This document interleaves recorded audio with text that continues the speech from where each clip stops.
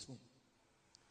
लगातार चंदवा के इलाके के लोगों के लिए मैंने परमेश्वर के वचन से खास बात को बतलाते आया। मैं थोड़ा दोहराते हुए आज के वचन में आपको ले जाने के लिए चाहता हूं। पहले दिन मैंने कहा था यीशु मसीह को क्या क्रूस पर ही लटकाया जाना जरूरी था। किस कारण प्रभु यीशु क्रूस पर लटकाया गया करके मैंने आपके सामने बातों कर रखी, जिससे मैंने साबुत किया आपके ऊपर, मेरे ऊपर, हमारे बरदादों के पापों के चलते श्राप आ पड़ी है। उससे छुटकारा देने के लिए प्रभु को क्रूस की मृत्यु अपनाना पड़ा। दूसरा दिन मैंने आपके सामने इस बात को रखने के लिए कोशिश की, क्या प्रभु यीशु को खून बहाने का दरकार है? क्या हमारे पापों की क्षमा के लिए यीशु को खून बहाना जरूरी था? न केवल हमारे पापों की क्षमा के लिए, परंतु हमारे मन को सुरक्षा रखने के लिए प्रभु अपने खून के जरिया से एक हेलमेट को, एक टोपी को हमारे लिए बना के रख छोड़ा। जो कोई उस खून के आदि में चले आते हैं, वे सब कोई पवित्र जीवन बिताने के लिए उनको ताकत मिलता है। शैतान का कार्य उनमें नहीं हो पाता है। इसलिए आपकी सुरक्षा के लिए यीशु को खून बहाने का दरकार पड़ा करके मैंने बताया। कल मैंने आपके सामने इस बात को लाने के लिए कोशिश की, क्या प्रभु यीशु मसीह को मरना जरूरी था? क्रूस से उतर के आने से क्या कई लोग विश्वास नहीं कर सकेंगे? नहीं, परंतु मर के अधलोक में जाके वहां के कैदियों को, जो पवित्र लोग कैद पड़े हुए थे, उनको छुड़ा के शैतान के हाथ से उस कुंजी को जो अधलोक का है उसको लेके आपके लिए, मेरे लिए एक आराम का जीवन, मृत्यु के डर से हमें आजाद करने के लिए प्रभु यीशु को मृत्यु को चखना पड़ा। आज मैं एक खास विषय के ऊपर बोलने के लिए चाहता हूं। ये चौथा दिन में मैं आपके सामने ये बात को रखने के लिए चाहता हूं, क्यों मसीह यीशु उठा लिया गया। जी उठने के बाद 40 दिन के बाद प्रभु यीशु स्वर्ग पे उठा लिया गया और वहां से वापस आएगा करके मसीह लोगों का एक धन्य आशा है। ये क्यों यीशु स्वर्ग पर चला गया, मैं आपको बतलाने चाहता हूं। ये 4 मैसेज को अगर आप एक टॉपिक देंगे, why Jesus died on the cross, why Jesus shed his blood, why Jesus died and resurrected, and today why Jesus ascended। यीशु क्यों उठा लिया गया, स्वर्ग पर उठा लिया गया, इस प्रश्न का उत्तर मैं परमेश्वर के वचन से आपको देने के लिए चाहता हूं। कान खोल के सुन लें। लोग ये सोच सकते हैं अगर प्रभु यीशु मसीह जी उठा है, उसके हाथ पांव में उस कांटियों का दाग अभी तक है, पंचर किया हुआ हालत को लोगों को उसने दिखाया ताकि वे अपने उंगली से उसको देख सकेंगे। क्या उस यीशु इस पृथ्वी पर अभी भी चलता फिरता? कितने लोग, कितने देश के लोग तुरंत मसीह के पीछे चल जाते। इसलिए यीशु को यहां रहना चाहिए था, प्रभु यीशु मसीह को दुनिया में रहना चाहिए था। अगर वो जीवित है, अगर वो जी उठे हैं, मृतकों में से जी उठे हैं, उसको लोग देख के विश्वास करेंगे। कितना विश्वास करेंगे? फिर क्यों प्रभु स्वर्ग पे उठा लिया गया और वहां से आएगा करके मसीह लोग इंतजार करते हैं करके आप पूछ सकते हैं। शायद इस प्रश्न को कोई अन्य जाति, कोई गैर मसीह पूछेंगे, शायद मसीह पादरी लोग भी उत्तर नहीं दे पाएंगे। मैं उस बात को आपको समझाने के लिए कोशिश करूंगा परमेश्वर के वचन के आधार पर। प्रभु आपसे बातचीत करने के लिए चाहता है, आपके दिल के अंदर बातों को, सत्य को जानकारी देने के लिए चाहता है, क्योंकि सत्य ये सभा का मुख्य वचन है। सत्य को जानोगे, सत्य तुम्हें स्वतंत्र करेगा।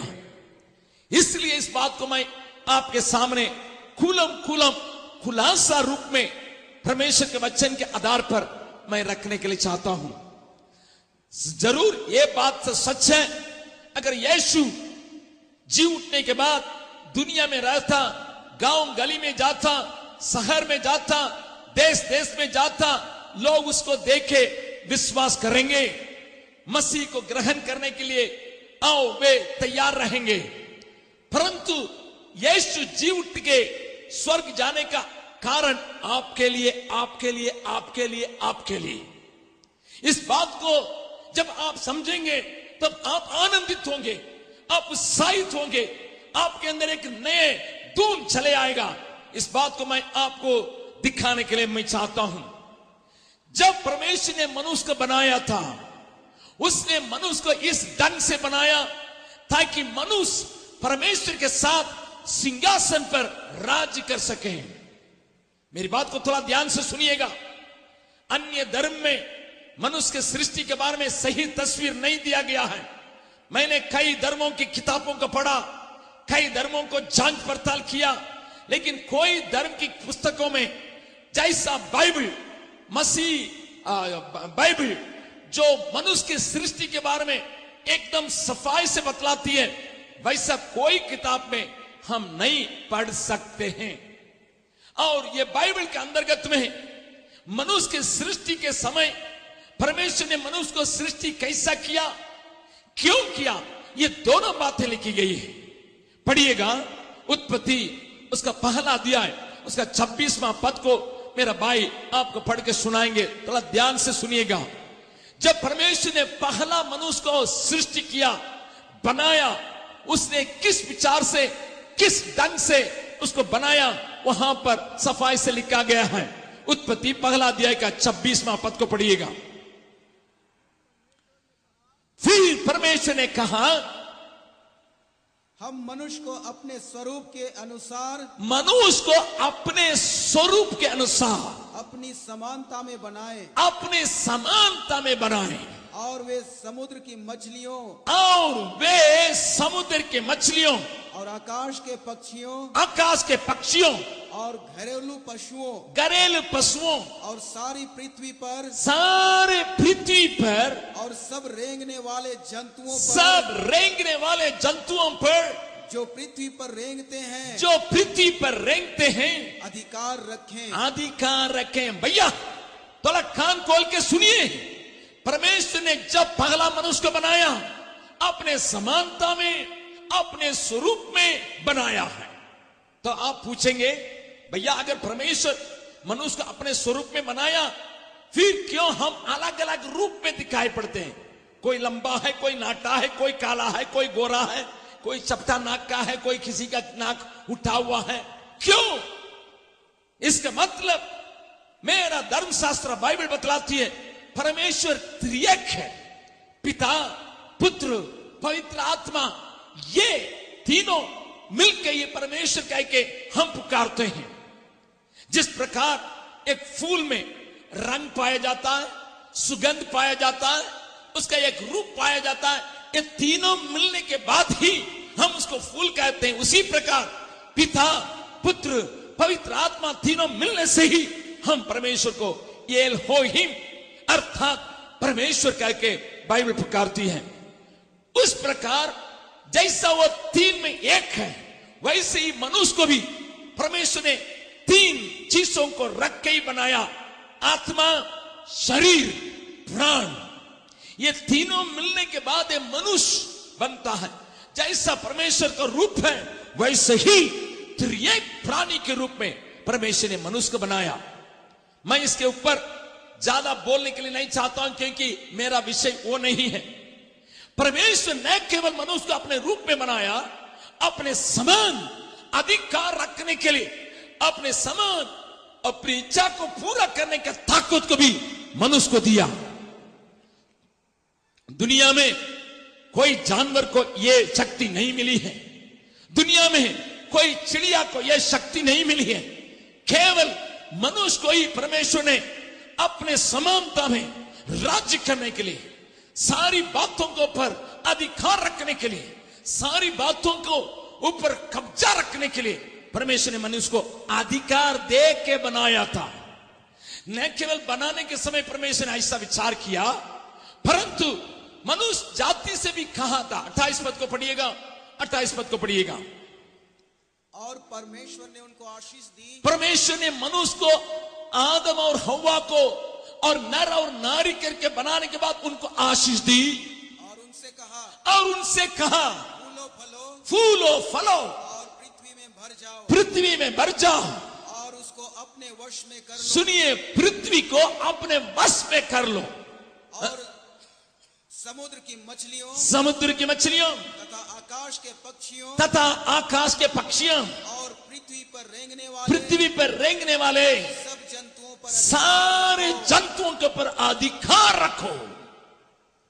लेकिन अफसोस की बात है, मनुष्य पाप करने के चलते, परमेश्वर की आज्ञाओं को उल्लंघन करने के चलते, जिस प्राणी को, जिस जंतुओं को अपने कब्जा में रख के अधिकार रखना चाहिए था, उसी जंतुओं को पूजा कर रहा है।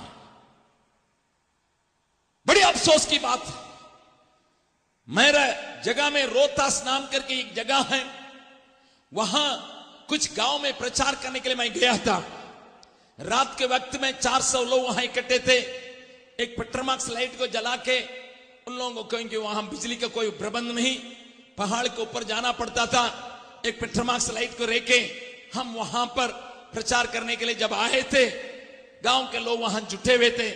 मैंने उनसे पूछा, भाई अगर हमारे बीच में अभी एक बंदर आ जाएगा क्या करेंगे?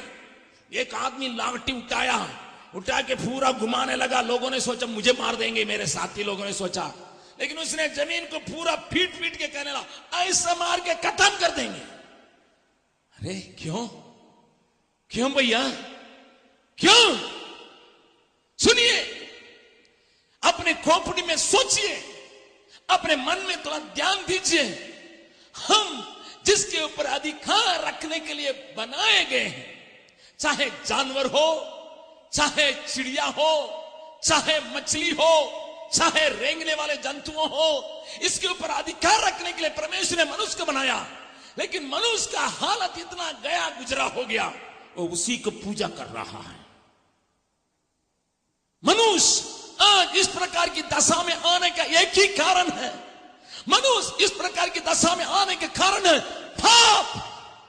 जिस दिन मनुष्य शैतान के हाथ में पड़ के पाप करने लगा, परमेश्वर के विरोध में कार्य किया, वो अपना अधिकार को खो बैठा, अपना अधिकार को खो बैठा, परमेश्वर के दिया हुआ आशीष को खो बैठा, परमेश्वर के दिया हुआ शांति को खो बैठा, परमेश्वर के दिया हुआ सामर्थ्य को खो बैठा। मनुष्य एकदम उल्लू बन के बैठा हुआ है। लेकिन परमेश्वर की इच्छा नहीं कि मनुष्य गिरे हुई हालत में रहे। मनुष्य गिरा हुआ, सताया हुआ, एकदम बेकार हालत में परमेश्वर नहीं चाहता है। इसलिए प्रभु यीशु मसीह न केवल आके उसके पापों के क्षमा की, न केवल उसको उसने उठाया, परंतु साथ ही साथ एक और काम को भी प्रभु वायदा करता है। भाई, आपके लिए खुशखबरी, आप दबे हुए हालत में, झुके हुए हालत में, हारे हुए हालत में रहने का कोई दरकार नहीं। आपको हारे हुए हालत में रहने का कोई दरकार नहीं। आप झुके हुए हालत में, डरे हुए हालत में रहने का कोई दरकार नहीं, क्योंकि परमेश्वर ने आपको फिर से जिस स्थान में से आप गिरे हैं, उस स्थान में फिर रखने के लिए एक योजना बनाई है। सुसमाचार क्या है? भाई कान खोल के सुनिए, सुसमाचार क्या है? यही है, गिरा हुआ मनुष्य, खोया हुआ मनुष्य, अधिकार को खोया हुआ मनुष्य को फिर से परमेश्वर उठा के न केवल उस स्थान में, परंतु उससे बढ़कर ऊंचा स्थान में रखने के लिए उपाय किया। ताली बजा के परमेश्वर को धन्यवाद करें। आप पूछेंगे भैया कहां लिखा है, वचन के अंदर कहां लिखा है? थोड़ा खोल के देखिएगा, पढ़िएगा। प्रकाशित वाक्य उसका 3रा अध्याय, उसका 21 पद को पढ़िएगा। प्रकाशित वाक्य उसका 3रा अध्याय, उसका 21 पद को पढ़िएगा। जो जय पाए, जो कोई जय पाए, मैं उसे अपने साथ प्रभु यीशु कहता, मैं उसे अपने साथ अपने सिंहासन पर बैठाऊंगा, अपने सिंहासन पर बैठाऊंगा, जैसा मैं भी जय पाकर अपने पिता के साथ उसके सिंहासन पर बैठ गया, उससे सिंहासन पर बैठ गया, वैसे ही जय पाने वालों को मैं अपने साथ सिंहासन पर बैठाऊंगा। थाली बजा के परमेश्वर के धन्यवाद करें। भाई, परमेश्वर की इच्छा सुइच्छा यही रहा, आप और हम उसके साथ सिंहासन पर बैठ के पृथ्वी के ऊपर राज करें। उसके विचार, मनुष्य को बनाने के विचार यही है। सारे सृष्टियों के ऊपर, सारे रेंगने वाले जंतुओं के ऊपर, सारे जानवरों के ऊपर, पृथ्वी में पाई हुई सारी बातों के ऊपर अधिकार रखने के लिए मनुष्य को बनाया। जब मनुष्य पाप करके गिर पड़ा, परमेश्वर ऐसा छोड़ दिया नहीं है, मेरी बातों को माना नहीं, मेरी बातों को उसने उल्लंघन किया, इसलिए ऐसे जाने दो नहीं। आपसे वो प्यार करके मनुष्य बन के आके आपके पापों के हालत से आपको उठा के उसके लिए दाम चुका के अपने जीवन को देखे, न केवल आपको उठाया, न केवल आपको क्षमा किया, परंतु आपको जयवंत से भी बढ़कर जयवंत बना के अपने साथ सिंहासन पर रखने के लिए एक योजना बनाई है। आज मनुष्य को ये बतलाने से कहते हैं, अरे ईसाई बना रहा है। ईसाई नहीं बना रहे हैं, तुम्हारा गिरा हुआ हालत में फिर से बैठाने के लिए, चाहे आप ईसाई क्यों न हो या कोई अन्य धर्म को मानने वाले क्यों न हो, सबके लिए चुनौती है। मैं यहां धर्म का प्रचार करने के लिए नहीं आया हूं। आपके पाप ने आपको सता के गिरा दिया, आपके अंदर का सामर्थ्य को खुवाने के लिए पाप ने आपके अंदर कार्य किया, लेकिन परमेश्वर एक बहुत बड़ा योजना रखा है, एक बहुत बड़ा प्लान रखा है आपके लिए। आपको उठा के उसी स्थान पर जहां से आप गिर गए उस स्थान पर रखने के लिए परमेश्वर के पास योजना है। 20वां पद में इसलिए लिखा है, 3 अध्याय का 20वां पद में यूं लिखा, पढ़िएगा। देख मैं द्वार पर खड़ा हुआ देख मैं द्वार पर खड़ा हुआ खटखटाता हूं, यदि कोई मेरा शब्द सुनकर द्वार खोलेगा, अपना दिल का द्वार खोलेगा, तो मैं उसके पास भीतर आकर उसके साथ भोजन करूंगा और वह मेरे साथ जो जय पाएगा वो जैसा मैं जय पाके अपने पिता के सिंहासन पर बैठा हूं, वैसे ही उनको भी मेरे साथ सिंहासन पर बैठाऊंगा। यह वचन आपके लिए, मेरे लिए। भाई हिम्मत बांधिए, भाई निराशापन से उठिए, डर से उठिए, आपको सिंहासन वायदा किया गया है। तो आप पूछेंगे, ये भैया अगर सिंहासन पर प्रभु बैठाएगा, क्या हमें एक 100 पीस बनाने के लिए? क्योंकि उन दिनों में राजा लोग क्या करते हैं मालूम है, एक रानी को सिंहासन पर अपने साथ बैठाएगा, जो खूबसूरत रहेगी, उस रानी को कहेगा, देखो मेरी बीबी कितनी सुंदरी है, और उसको पूरा गहना देके, अच्छे कपड़ा देके और एक मुकुट देके बैठाएगा, दुनिया को दिखाएगा, मैं बहुत पहलवान हूं, मैं अपने पत्नी को, सुंदर पत्नी को पाया हूं और इसको सोना से सरिया के रखा हूं, बहुमूल्य पत्थरों से सरिया के रखा हूं करके दुनिया का दिखाने के लिए रानी को बैठाता था पहले के राजा लोग। और उनको कई एक बीबियां होती थी और किसी बीबी को लेके बैठा के दुनिया का दिखाता था। आज हमारे हिंदुस्तान के अंदर अपना तख्ता को दूसरों को देने के लिए कोई नेता तैयार नहीं है। है ना, है ना? जरूर एक ही पार्टी में है, तुम भी लड़े हो, हम भी लड़े हैं, तुम भी काम किए हो, हम भी काम किए हैं, चलो तुम 6 महीना रहो तख्ता पर, हम 6 महीना रहेंगे। मानने के लिए कोई तैयार नहीं है। अपने पदवी के लिए लोग लड़ रहा है पार्टी के अंदर, कौन प्रेसिडेंट बनेगा, कौन फलाना बनेगा, कौन पढ़ेगा, बैठेगा सिंहासन पर। अगर दुनिया को सिंहासन, दुनिया को राज्य करने के लिए सिंहासन पर बैठना है, कितना जॉर्ज बुश से लेकर हमारा यहां घूमने वाला जो नेता, जो आखिरी नेता, ये भी कोशिश करेगा हम क्यों नहीं बैठेंगे। अपने सिंहासन को कोई देने के लिए तैयार नहीं रहेगा, कोई अपने सिंहासन को देने के लिए तैयार नहीं रहेगा। अब इतिहास को पलट के देखिएगा, औरंगजेब जो शाहजहां का बेटा था, शाहजहां ने उसको एक अपनी पत्नी के लिए सुंदर खबर बनाया, जो ताजमहल कहते हैं आगरा में, देखने के लिए दुनिया के लोग चले आते हैं। 7 गंभीर बातों में ताजमहल भी बहुत मान्य रखता है, लोग उसको देखने के लिए आते हैं। लेकिन शाहजहां की मृत्यु जब हुई, उसके बाद उसके बेटे लोग क्या किए थे, औरंगजेब छोटा था, अपना सारा भाइयों को ठीक ठाक करके वो बैठ गया, खत्म कर दिया, क्योंकि अपना भाई को भी रहने नहीं दिया। ये दुनिया है, लेकिन प्रभु यीशु जो आकाश और पृथ्वी का बनाने वाला है, आकाश और पृथ्वी का करता है, जो आकाश और पृथ्वी से प्यार रखता है, आपसे प्यार करता है, मुझसे प्यार करता है, गया गुजरा आदमी को, पाप में नष्ट किया हुआ आदमी को, अपना सारी बातों को खोया हुआ आदमी को उठा के अपने साथ सिंहासन पर बैठाने के लिए वायदा करता है। भाई थोड़ा ध्यान से सोचिए, प्रभु यीशु मसीह में आप आने से आपके लिए क्या हक है, आपके लिए क्या राइट्स दिया गया है। People must know exactly with a open mind and open heart. मेरी बात को थोड़ा ध्यान से सुनिएगा। लेकिन मेरा धर्मशास्त्र बाइबल बतलाती है, पढ़िएगा पहला कुरिन्थियों उसका 6 अध्याय, उसका पहला पद को पढ़िएगा। पहला कुरिन्थियों उसका 6 अध्याय पहला पद को पढ़िएगा। क्या तुम में से किसी को यह हियाव है कि जब दूसरे के साथ झगड़ा हो। दूसरा पद को पढ़िए, दूसरा पद को पढ़िए। क्या तुम नहीं जानते, क्या तुम नहीं जानते कि पवित्र लोग जो प्रभु के लहू से धोए हुए हैं, जो पवित्र आत्मा से भरे हुए हैं, जो अपने जीवन में पवित्रता को अपनाए हैं, ये पवित्र लोग जगत का न्याय करेंगे। जगत का न्याय करेंगे। ताली बजा के परमेश्वर का धन्यवाद करें। प्रभु आपको खाली दिखाने के लिए, सिंहासन पर बैठाने के लिए नहीं जा रहा है। मेरा बाइबल धर्मशास्त्र बतलाती है, पूरा दुनिया का न्याय करने के लिए अधिकार यीशु को दिया गया है। पूरा दुनिया को एक दिन न्याय होगा, अगर आप चाहेंगे नहीं चाहेंगे, क्योंकि मेरा धर्मशास्त्र बाइबल बतलाती है, इब्रानियों की 9वां अध्याय का 27वां पद में, मनुष्य के लिए एक बार मरना फिर न्याय का होना नियुक्त किया गया है।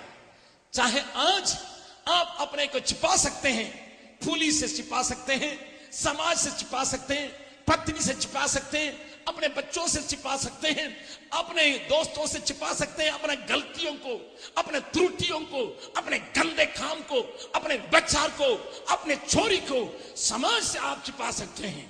लेकिन मेरा धर्मशास्त्र बाइबल बतलाती है, मनुष्य के लिए एक बार मरना फिर न्याय के लिए होना नियुक्त किया गया है।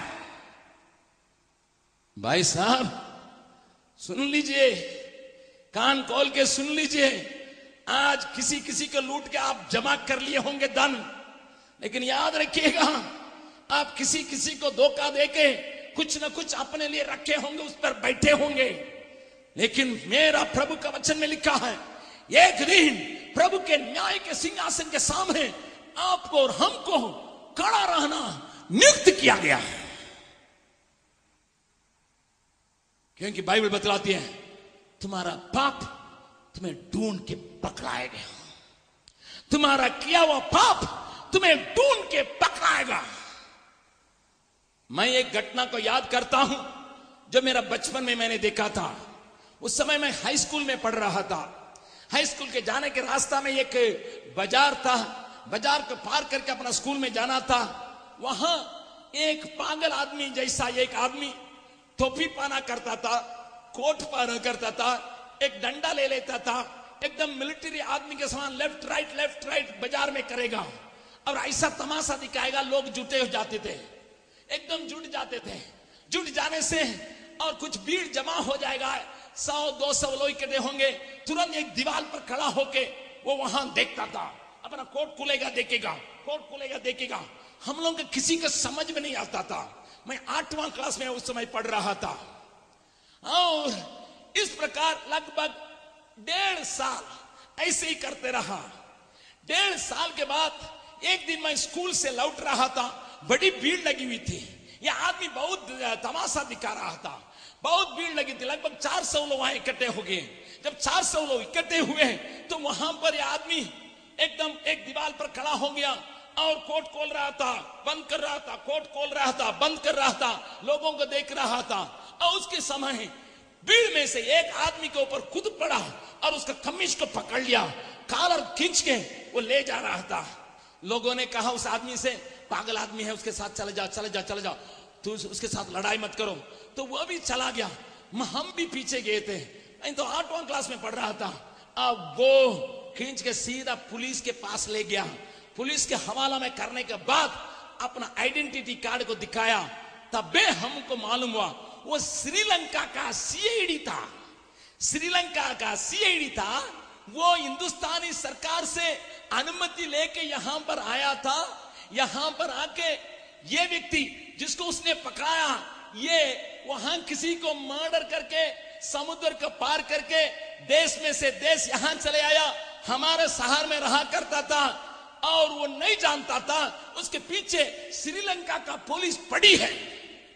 और ये आदमी तमाशा इस मजार में करने का मतलब लोगों को जुटा के उस व्यक्ति जो खून करके आया था उसका तस्वीर को भीतर रखा था, उसी को रख के कहीं आदमी है मिलाता था। जब मिल गया खुद पड़ा, खींच के पुलिस के पास किया और वो पुलिस उसको श्रीलंका विदा किया।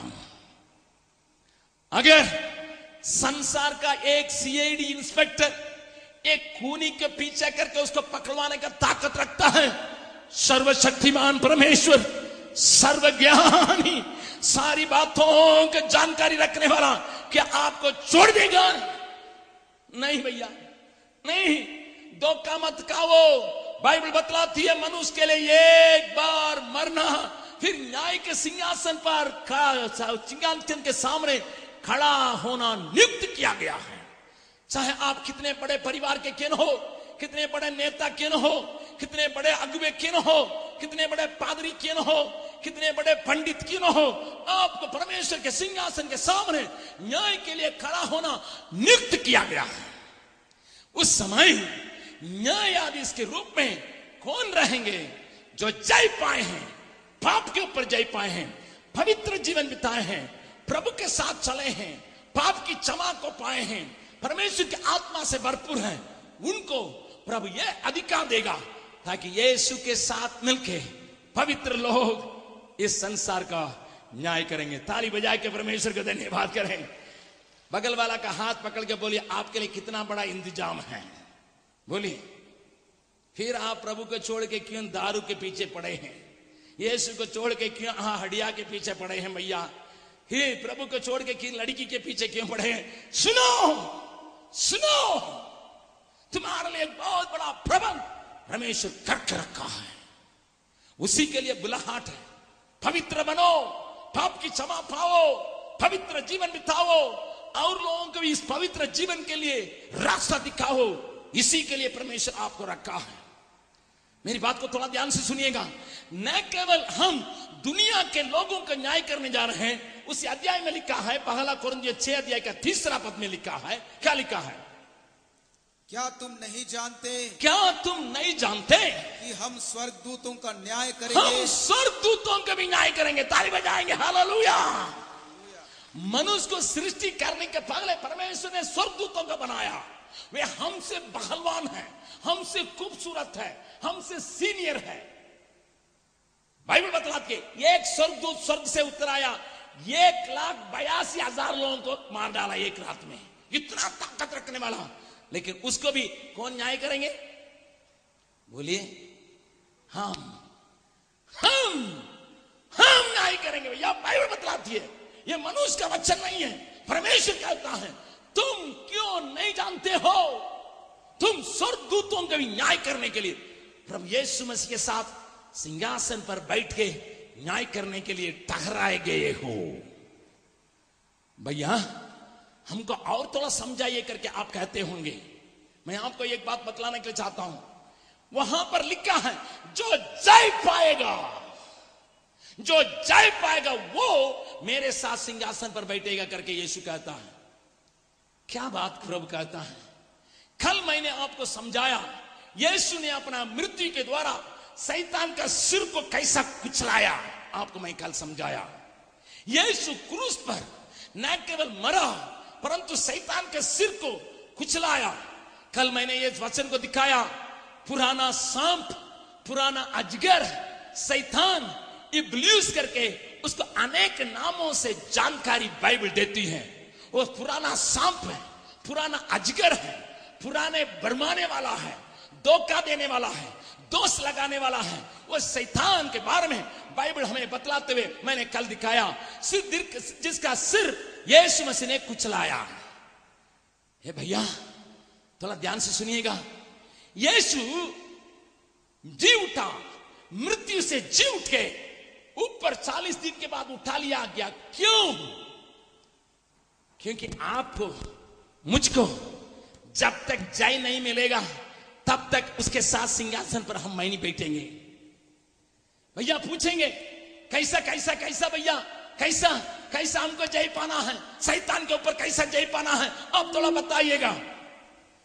मेरे तीसरा लड़का थोड़ा सा बहुत गंभीर, और न केवल गंभीर, बहुत पहलवानी जैसा वो हिम्मत रखने वाला है। मेरा तीसरा बेटा के बारे में अगर मैं बतलाऊंगा तो आपको मालूम होगा। जब वो 2.5 साल का था तो हमारे घर में 2 बत्तख पालते थे, और वो सुबह उठा, वो चाहता था बत्तख का अंडा को लेने के लिए जाएंगे। तो वहां बत्तख का अंडा लेने के लिए जब गया, वहां एक सांप पड़ा हुआ था। सांप ने इसके पैर में पूरी तरह से लपट के इसको काट दिया। मेरा बड़ा बेटा जो लगभग 9 साल का था उस समय, ऊपर कोठरी से देखा और वहां से चिल्लाया। उसको हम लोग बाबू बाबू कहते हैं, बाबू छोड़ दो सांप को, छोड़ दो सांप को, छोड़ दो। लेकिन मेरा 2.5 साल का बेटा सांप से डरा नहीं, उसके साथ लड़ रहा था।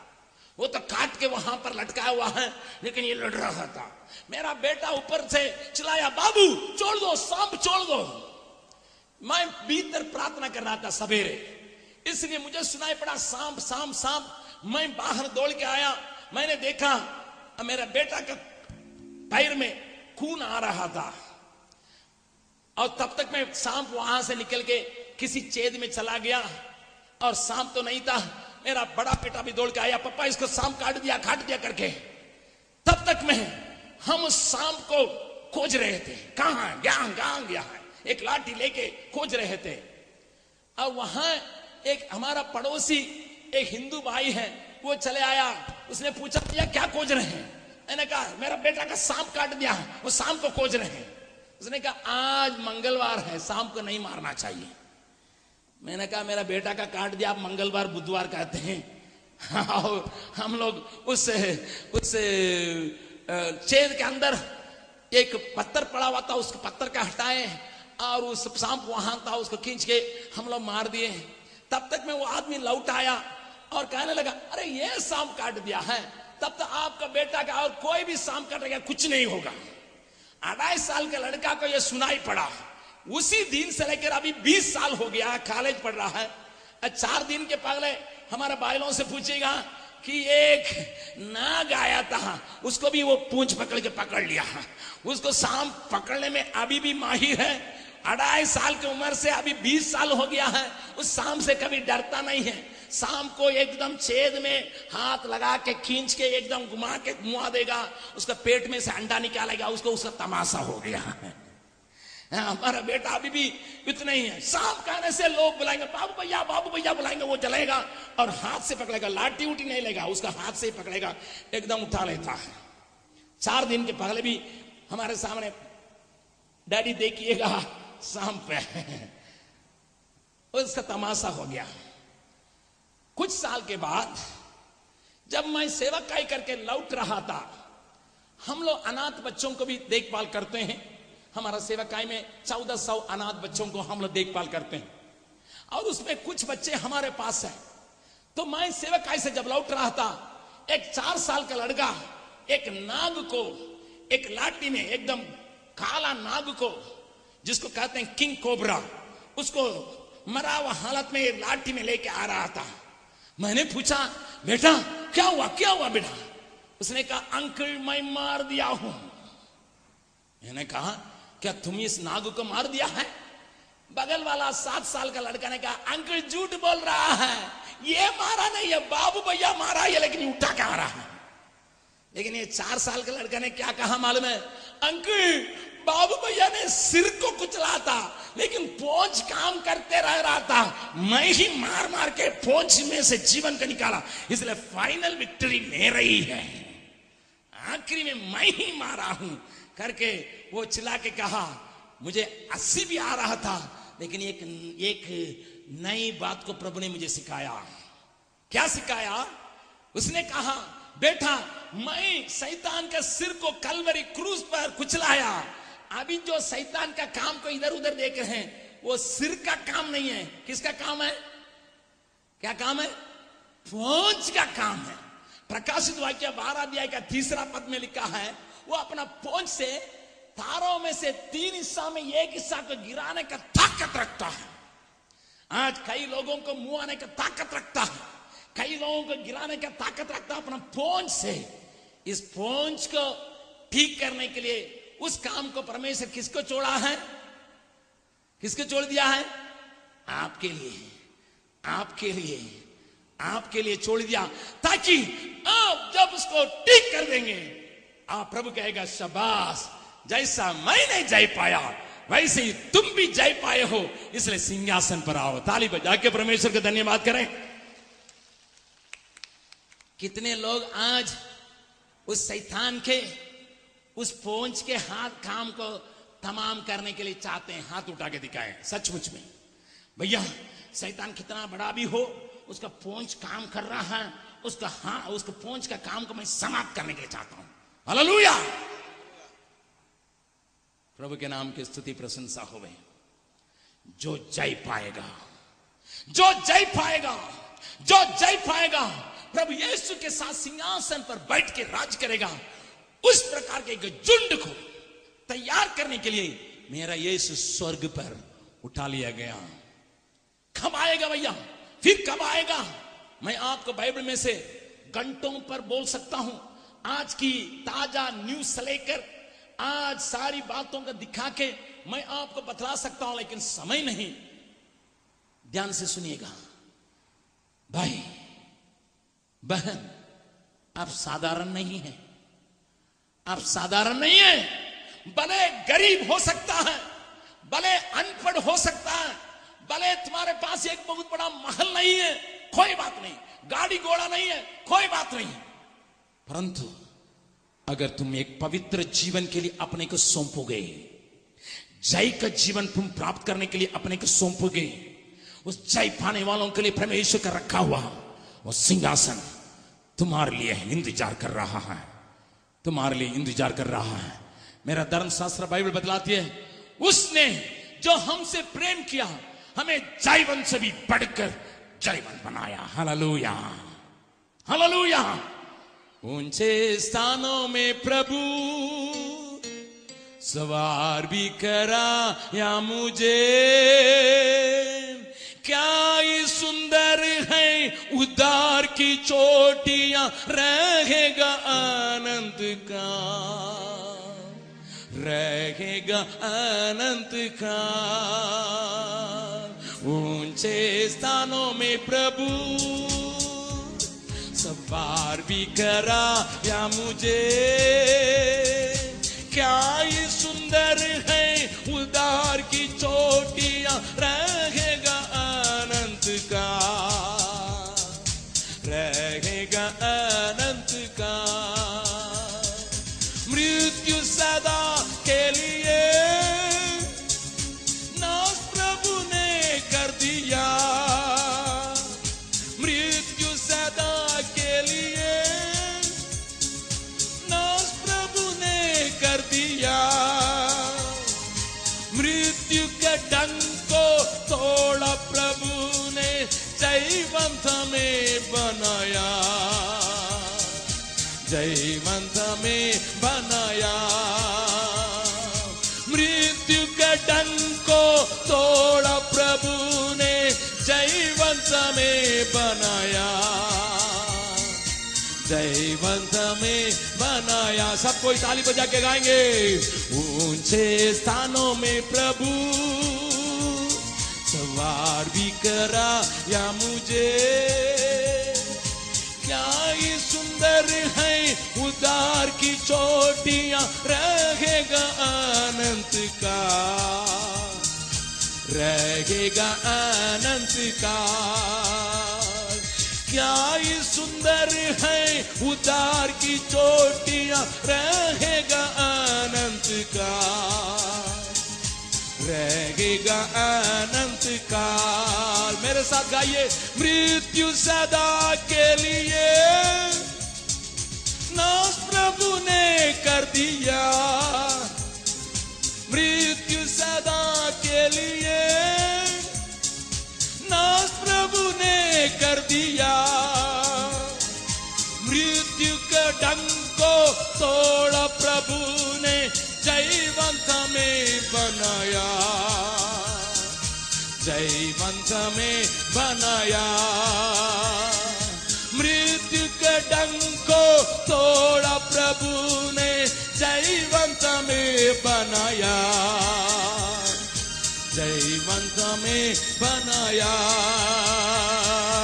ऊंचे स्थानों में प्रभु सवार भी कराया मुझे। क्या ये सुंदर है उद्धार की चोटियां, रहेगा अनंत काल, रहेगा अनंत काल। क्या ये सुंदर है उद्धार की चोटियां, रहेगा अनंत काल, रहेगा अनंत काल। तो आप कहेंगे भैया हमको पाप के ऊपर विजय चाहिए। भैया हमारे अंदर कभी कभी जलन चले आता है, कभी कभी डाल कर लेते हैं, कभी कभी हमारे अंदर कड़वापन चले आता है, कभी कभी मैं गुस्सा कर लेता हूं। भैया हमको पाप के ऊपर विजय नहीं हो पाता है। कभी कभी मैं सड़क के विपचार के रास्तों पर मैं जगह बना देता हूं।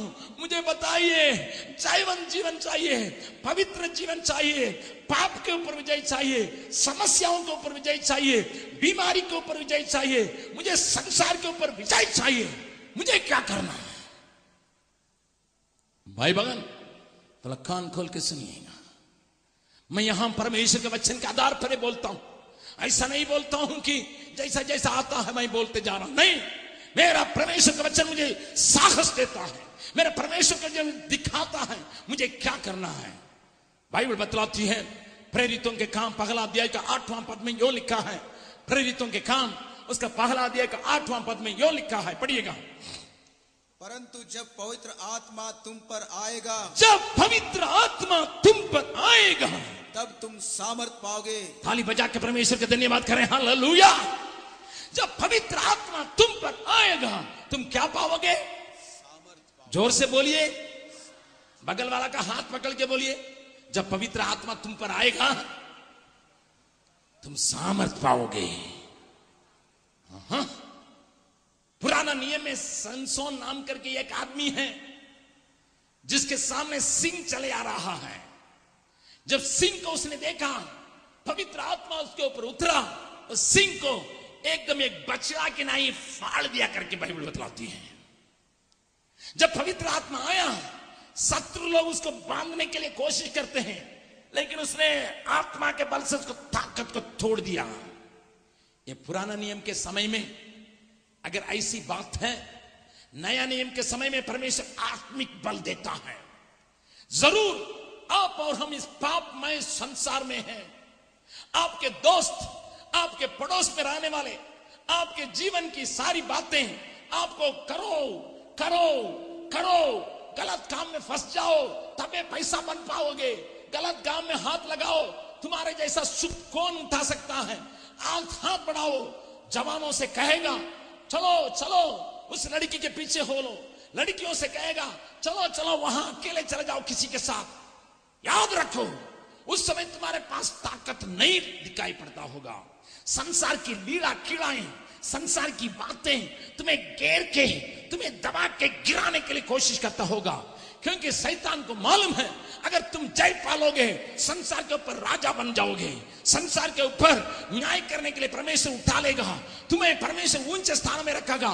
शैतान नहीं चाहता है, क्योंकि जब शैतान स्वर्गदूत था, गीत गाने के लिए रखा गया था, उसने मनोमन में सोचा मैं भी क्यों ईश्वर के समान नहीं बनूंगा।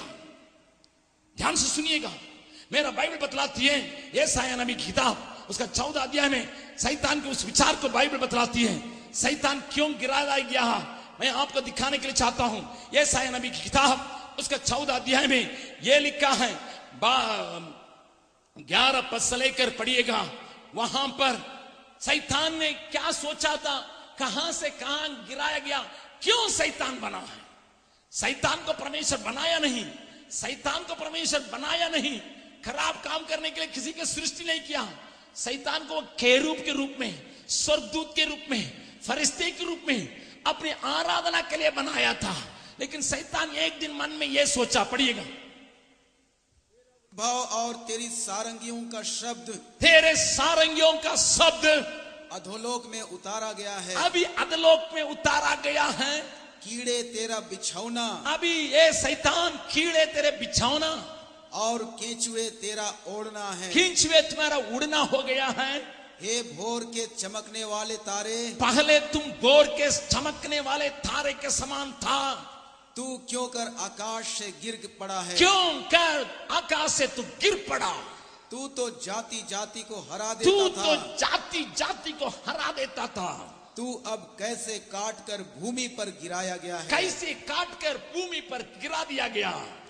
तू मन में कहता तो था, क्योंकि जब तुम बाजा बजाने के लिए, लोगों को परमेश्वर की स्तुति करने के, उत्साह करने के लिए सृष्टि किया गया था, उस समय मनोमन में सोचा, क्या सोचा था, कि मैं स्वर्ग पर चढ़ूंगा, मैं स्वर्ग पर चढ़ूंगा, मैं अपने सिंहासन को, अपने सिंहासन को ईश्वर के तारागण से अधिक, ईश्वर के तारागण से अधिक बनाऊंगा, ऊंचा करूंगा, और उत्तर दिशा की छोर पर, उत्तर दिशा की चोट पर सभा के पर्वत पर विराजूंगा, सभा के पर्वत पर राजूंगा।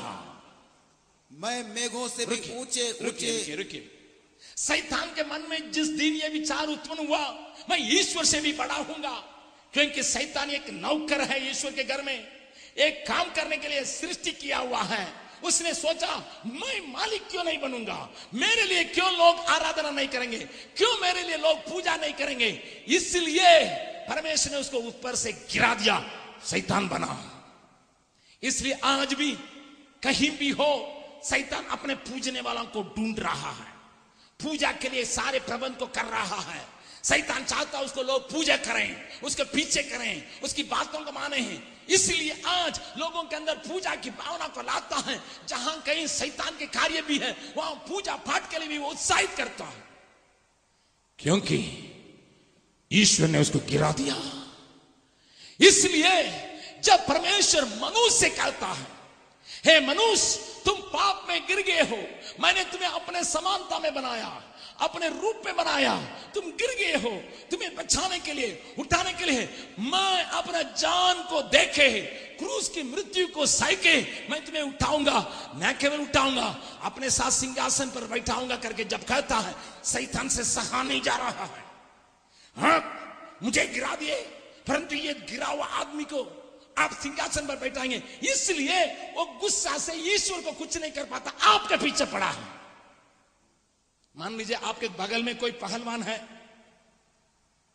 जिसको आप कुछ नहीं कर सकते, लेकिन आप उनको बैर करेंगे, क्या करेंगे, उसका बच्चा को चिढ़ाएंगे ना। वही काम आज शैतान करता है, क्योंकि आप परमेश्वर के संतान बने हैं, आपके पीछे पड़ा है, आपको गिराने के लिए, आपको सताने के लिए, आपको बीमारी लाके आपको खत्म करने के लिए, आपके अंदर झगड़ा लाने के लिए, आपके अंदर गंदे विचार को लाने के लिए, आपके अंदर गलत भावनाओं को लाके आपको ईश्वर से अलग करने के लिए शैतान तत्पर है।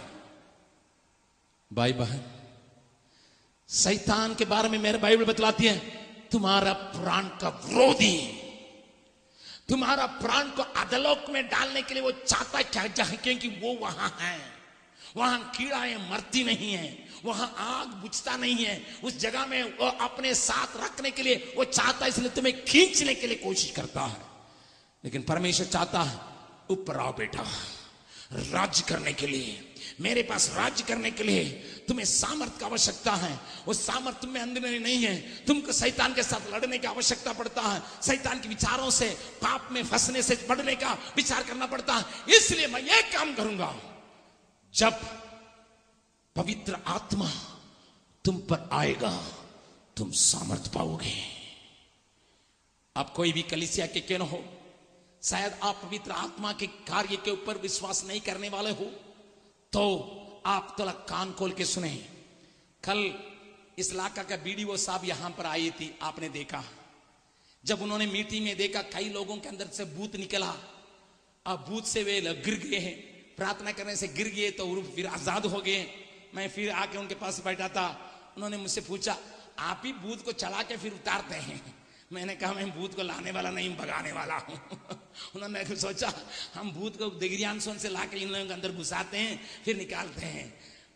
क्या आप लोगों से मुझे बैर है? क्या आप मुझे, आपके अंदर के भूत को मैं निकालूंगा, क्या आप 1000 रुपया मुझे देंगे? क्या मैं पैसा कमाने के लिए आया नहीं भैया, मैं अपने साथियों के साथ लाखों रुपया का सामान को आपके सामने खर्चा करने के एक ही कारण है, किसी न किसी रीति से शैतान के बंधन से आप छूट जाएं। किसी न किसी रीति से न केवल शैतान के बंधन से छूटे, परंतु शैतान के ऊपर ललकारने का ताकत रखें, क्योंकि जो जय पाएगा प्रभु के साथ सिंहासन पर राज्य करेगा। इसलिए परमेश्वर आपको अपना आत्मा देने के लिए चाहता है। मैं किसी कलीसिया के सिद्धांत को नहीं बोलता हूं, परमेश्वर के वचन में लिखा है जब पवित्र आत्मा तुम पर आएगा तुम सामर्थ पाओगे। कितने लोगों को परमेश्वर की सामर्थ चाहिए? कई लोग टोना करने वाले, डाइन करने वाले लोग जो हैं, कब्रस्तान में देख के किसी मरा हुआ कब्र के पास हाथ नीचे कर रहे, मरा हुआ आदमी के खोपड़ी के लेके सामर्थ चाहिए, सामर्थ चाहिए, सामर्थ चाहिए करके कहता है। तुमको परमेश्वर सेंत मेंत में अपनी सामर्थ, पाप के ऊपर विजय प्राप्त करने के लिए, औरों को बनाने के लिए, वो तो दूसरों को बिगाड़ने के लिए सामर्थ मांग रहा है, शैतान की सामर्थ को, लेकिन औरों को बनाने के लिए परमेश्वर आपको, आपको बहन भाई, आपको साहब, आपको भाई, आपको अपने सामर्थ देने के लिए चाहता ताकि आप जयवंत हो सकें।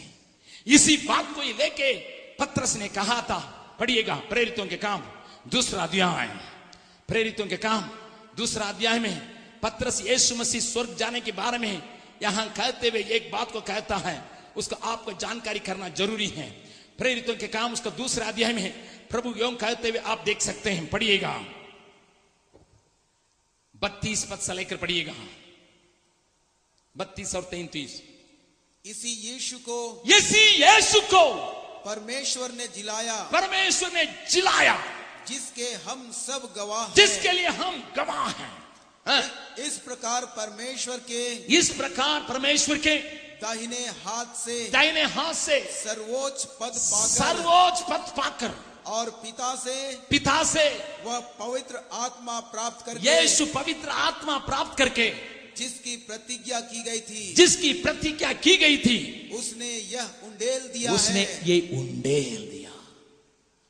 अगर यीशु स्वर्ग नहीं जाता, अगर जी उठने के बाद यीशु स्वर्ग नहीं जाता, आपके लिए पवित्र आत्मा उपलब्ध नहीं रहता। अगर पवित्र आत्मा आपके लिए उपलब्ध नहीं रहता, आप पाप के ऊपर विजय नहीं प्राप्त करते। अगर पवित्र आत्मा को परमेश्वर यहां पर उपलब्ध नहीं करता, आप पवित्र जीवन बिताने में आप हार जाएंगे, क्योंकि अपनी ताकत से, अपने मन से, अपने बुद्धि से पाप के ऊपर आप विजय नहीं प्राप्त कर सकते हैं। आपको पाप के ऊपर विजय प्राप्त करने के लिए पवित्र आत्मा की आवश्यकता है। इसको प्राप्त करके उंडेलने के लिए यीशु स्वर्ग पर उठा लिया गया। तब आप पूछेंगे भैया पवित्र आत्मा पाने के लिए मुझे क्या करना है? पवित्र आत्मा पाने के लिए मुझे क्या करना है? वही पतरस हमें उत्तर दे रहा है। पढ़िएगा प्रेरितों के काम 2 अध्याय, प्रेरितों के काम 2 अध्याय 37 पद से लेकर पढ़िएगा। तब सुनने वालों के हृदय छिद गए और वे पतरस और शेष प्रेरितों से पूछने लगे कि हे भाइयों हम क्या करें? पतरस ने उत्तर दिया, क्या उत्तर दिया? पतरस ने उनसे कहा, पतरस ने उनसे कहा, मन फिराओ पाप से मन फिराओ और तुम में से हर एक जन अपने अपने पापों की क्षमा के लिए, अपने अपने पापों की क्षमा के लिए यीशु मसीह के नाम से, यीशु मसीह के नाम से बपतिस्मा ले, तो तुम पवित्र आत्मा का दान तो पाओगे। तुम पवित्र आत्मा का दान पाओगे। ये किसके लिए? आगे, क्योंकि यह प्रतिज्ञा क्योंकि ये प्रतिज्ञा तुम और तुम्हारी संतानों, तुम और तुम्हारे संतानों के लिए, और उन सब जो दूर दूर में पाए जाते हैं, जिनको प्रभु हमारा परमेश्वर, जिनका प्रभु हमारा परमेश्वर अपने पास बुलाएगा, अपने पास बुलाएगा। भाई, अब हिंदू हो, मुसलमान हो, ईसाई हो, रोमन कैथोलिक हो, मेनोनाइट हो, या सीएनआई हो, बीएनआई हो, मुझे कोई गम नहीं।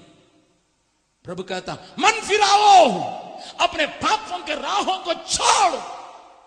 कहो, हे प्रभु मुझसे गलती हो गया। मन फिराने का मतलब 180 डिग्री मोड़ लेना परमेश्वर के ओर। मन फिराओ, पापों को छोड़ और मन फिराओ का बपतिस्मा लो, फिर पवित्र आत्मा का दान पाओगे, जो तुम्हारे लिए, तुम्हारे संतानों के लिए, दूर दूर में रहने वाला सब के लिए परमेश्वर दान के रूप में देता है। मनुष्य नहीं दे सकता। मेरे पास नहीं है देने का ताकत। यीशु आपको देने के लिए वायदा कर रहा है। अगर तुम विजय का जीवन बिताने के लिए चाहते हो, हे प्रभु, पाप के ऊपर मुझे विजय चाहिए, गलत विचारों के ऊपर विजय चाहिए। मैं जीवन में हार चुका हूं, कई बातों से हार चुका हूं, अपने जीवन में हारने के चलते आत्महत्या करने के लिए तैयार हो रहा हूं। मेरे कान में कभी कभी ये सुनाई पड़ रहा है, खत्म हो जाओ, खत्म हो जाओ, खत्म हो जाओ। आज प्रभु आपके बीच में कार्य करने के लिए तैयार है। आपको जयवंत से भी बढ़कर जयवंत बनाने के लिए प्रभु आया है। प्रभु का आत्मा इस मंदिर में मंडला रहा है।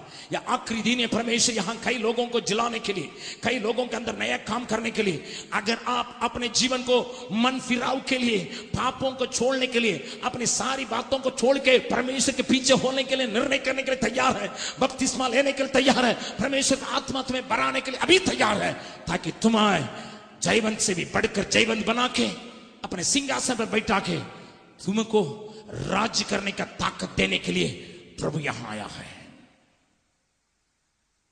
जवान भाई, जवान बहन, माताएं, मेरे साथियों, बच्चों, मैं आपसे हाथ जोड़ के विनती करूंगा, कल आप आके यहां मुझे खोजिएगा, मैं नहीं रहूंगा। शायद इस प्रकार का रात आपको आगे नहीं मिलेगा। कई लोग चाहते थे कि पाप से छुटकारा पाने के लिए, कई लोग चाहते थे ईश्वर के साथ जुट जाने के लिए, कई लोग चाहते थे हरा हुआ जीवन से विजय प्राप्त करने के लिए। शायद चंदुआ शहर के लोगों को परमेश्वर एक मौका दिया है। अगर आज अभी अगर कहेंगे, भैया आपका वचन मुझे अच्छा लग रहा है, परमेश्वर का वचन एकदम सत्य है, यह सत्य को मैं जान रहा हूं, मैं इसके लिए अपने को सौंपने के लिए तैयार हूं, अगर आप मेरे लिए प्रार्थना करेंगे, मैं भी प्रार्थना करूंगा, हम मिलके परमेश्वर का कार्य को देखेंगे करके अगर आप सोचेंगे, मैं आपके लिए प्रार्थना करने के लिए चाहता हूं। मैं फिर कहने के लिए चाहता हूं, एक मैं साधारण व्यक्ति, मेरा घर यहां से 3000 किलोमीटर दूर कन्याकुमारी के नजदीक है, लेकिन प्रभु ने कहा एक दिन मुझे दर्शन दे के बिहार जाओ, जबकि मुझे एक शब्द भी नहीं मालूम था हिंदी। परमेश्वर ने मुझे बुलाया, मैं काम कर रहा था क्योंकि मैं मैकेनिकल इंजीनियर था, मैं मैकेनिकल इंजीनियरिंग किया हुआ आदमी था। प्रभु ने मुझे दर्शन देके कहा बिहार जाओ। मुझे नहीं मालूम था यहाँ का रीति रिवाज, मैं यहाँ के लोगों को बोली को नहीं जानता था, यहाँ का रवैया को नहीं जानता था। मैंने कहा मैं नहीं जाऊंगा, मैं अकेला बेटा भी था, माँ बाप का अकेले बेटा। लेकिन प्रभु ने कहा मेरे लोग मर रहे हैं, मेरे लोगों का दिशा दिखाने के लिए कोई नहीं है, मेरे लोगों का रास्ता दिखाने के लिए कोई नहीं है, जाओ बेटा। मैंने परमेश्वर के आंसू को देखने के बाद चले आया। भैया बहुत बड़ा कहानी है, प्रभु के आंसुओं को मैंने देखा, इसलिए मैं बिहार चले आया। आप झारखंड अभी तो अलग हुआ है, लेकिन पहले आप बिहार में तो थे। आपके ऊपर मैं प्यार करता हूं क्योंकि प्रभु आपके लिए आंसू बहाता है, परमेश्वर आपके लिए आंसू बहाता है, आपकी गिरी हुई हालत में वो आपको देखना नहीं चाहता है, आपको उठा के कला करने के लिए चाहता है, आपको जयवंत से भी बढ़कर जयवंत बनाने के लिए चाहता है, आपको पवित्र जीवन को वापस देने के लिए चाहता है, आपको फिर उस जगह में जहां से आप गिर गए हैं, जहां से आप अधिकार को खो दिए हैं, जहां से आप सामर्थ को खो दिए हैं, उस जगह में आपको खड़ा करने के लिए तैयार है। अगर आप प्रभु से अपनी बातों को मान लेंगे, मेरा धर्मशास्त्र बाइबल बतलाती है, अगर हम कहेंगे हम पाप नहीं, हम में पाप नहीं है, हम अपने आप को धोखा देते हैं, हम में सत्य नहीं है। अगर हम अपने पापों का अंगीकार कर लें और स्वीकार कर लें और उससे माफी मांगे, हमारे सब पापों को क्षमा करने के लिए वो विश्वास योग्य है। सभा के अंत में मैं आपको एक पुकार देने के लिए चाहता हूं। अगर आप कहेंगे भैया मेरे लिए दुआ करना, मुझे सामर्थ्य जीवन चाहिए, पाप के ऊपर विजय का जीवन चाहिए, पवित्र आत्मा से भरी हुई जीवन चाहिए, परमेश्वर के मन के योग्य जीवन चाहिए, परमेश्वर के प्रसन्न करने का जीवन चाहिए, आप मेरे लिए प्रार्थना करेंगे करके अगर आप कहेंगे मैं आपके लिए प्रार्थना करने के लिए तैयार हूं, कोई भी आंख बंद करने की दरकार नहीं। अगर आप सचमुच में एक विजय का जीवन बिताने के लिए चाहते हैं, आप अपने दाहिना हाथ को उठा के दिखाइए, मैं आपके लिए दुआ करने के लिए तैयार हूं।